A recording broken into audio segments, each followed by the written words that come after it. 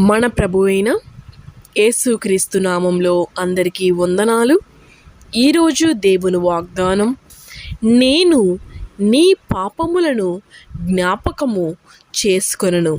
యెషయా గ్రంథం 43వ అధ్యాయం 25వ వచనం. ప్రియ సహోదరి సహోదరులారా, మన విశ్వాస ప్రయాణంలో మనము పాపం లేని వారమని చెప్పుకున్న ఎడల మనలను మనమే మోసపుచ్చుకుందాము. కానీ ఈ పరిశుద్ధిని దాపున ఆయన చిందించిన రక్తం ద్వారా ఒక దినం కడగబడుతూ పరిశుద్ధులుగా నీతిమంతులుగా తన మాట చేత మలచబడుచున్నాము. ధర్మశాస్త్ర సంబంధమైన క్రియలు బట్టి కాదు, కానీ ఆయన చూపిన కృపను బట్టి మనము నీతిమంతులుగా తీర్చబడుతున్నాము.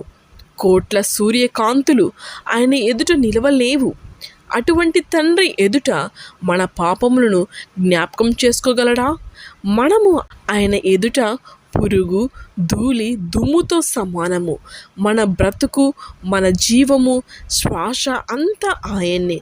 సకల ప్రాణులు, సకల జీవరాశులు, సకల మనుషులు ఆయన వశంలో ఉన్నాము.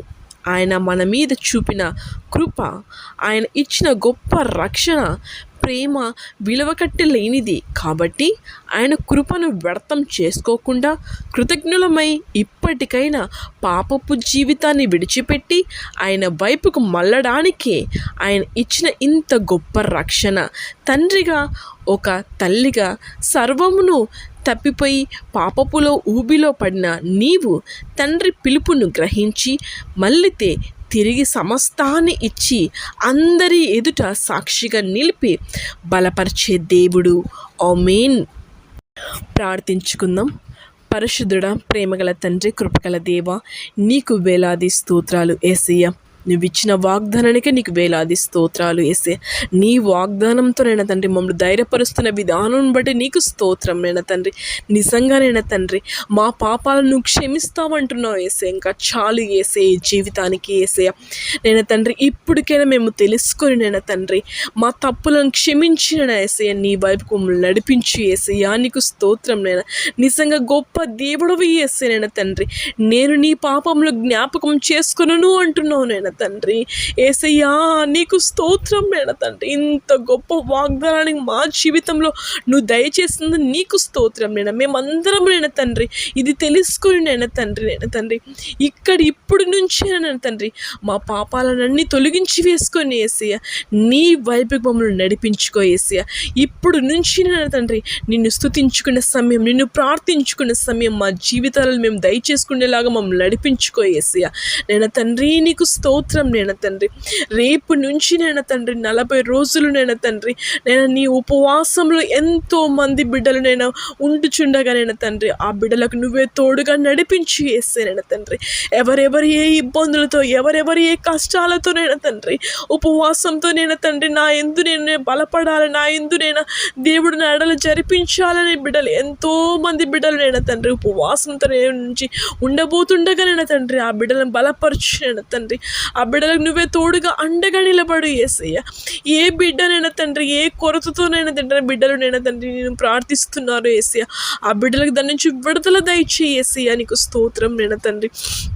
యేసు స్వామి నీకు స్తోత్రాలు యేసయ్య.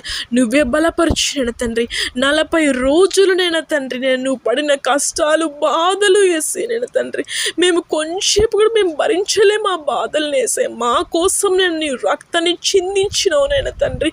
ఎన్నో కష్టాలు అనుభవించావు మా కోసం నైనా తండ్రి. నిజంగా మేమంటే ఎందుకు యేసయ్య ఇంత ఇష్టం నైనా తండ్రి. ఆయన నువ్వు మమ్మల్ని విడవడం లేదు, నేను మమ్మల్ని పట్టుకొని ఉన్నావు యేసయ్య. మేము ఎక్కడికి పక్కకి వెళ్ళిపోతామో నేనా తండ్రి మమ్మల్ని హద్దుకొనే ఉన్నావు యేసయ్య. నీకు స్తోత్రం నేనా తండ్రి.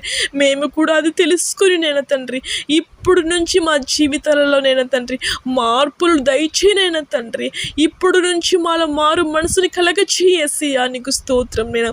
ఎవరెవరి ప్రార్థన వింటున్నారో యేసయ్య వాళ్ళ హృదయ తలంపులు తెలిసిన దేవుడువి యేసయ్య. మార్చి వేసయ్య యేసయ్య. నీకు స్తోత్రం నేనా తండ్రి. బిడ్డలలో మార్పుని కలగచేయి యేసయ్య తండ్రి. నువ్వు పడిన శ్రమల్ని మేము జ్ఞాపకం చేసుకుంటేలాగా మమ్మల్ని నడిపించుకో యేసయ్య. నీకు స్తోత్రం నేనా. సిలువలో ఎంత విలవిలలాడిపో చనిపోయావు యేసయ్య, నీ రక్తాన్ని చిందించే కొరడాలతో కొట్టబడినావు యేసయ్య నేను తండ్రి. అది మేము చూసి నేను తండ్రి నువ్వు పడిన కష్టాలను మేము చూసి నేను తండ్రి నీ వైపుకు నడిపించుకో యేసయ్య నేను తండ్రి. నువ్వైతే చేయి చాపి బిడ్డ రా అని పిలుస్తున్నావు యేసయ్య, అది మేము తెలుసుకొని యేసయ్య నీ వైపుకు నడిపించుకుంటామని. ఎవరెవరు ఏ ఇబ్బందులలో ఎవరెవరే కష్టాలలో ఉన్నారో యేసయ్య వాళ్ళకందరికీ విడుదలను నువ్వు దయచేస్తాను అడుగుచున్నాను యేసయ్య.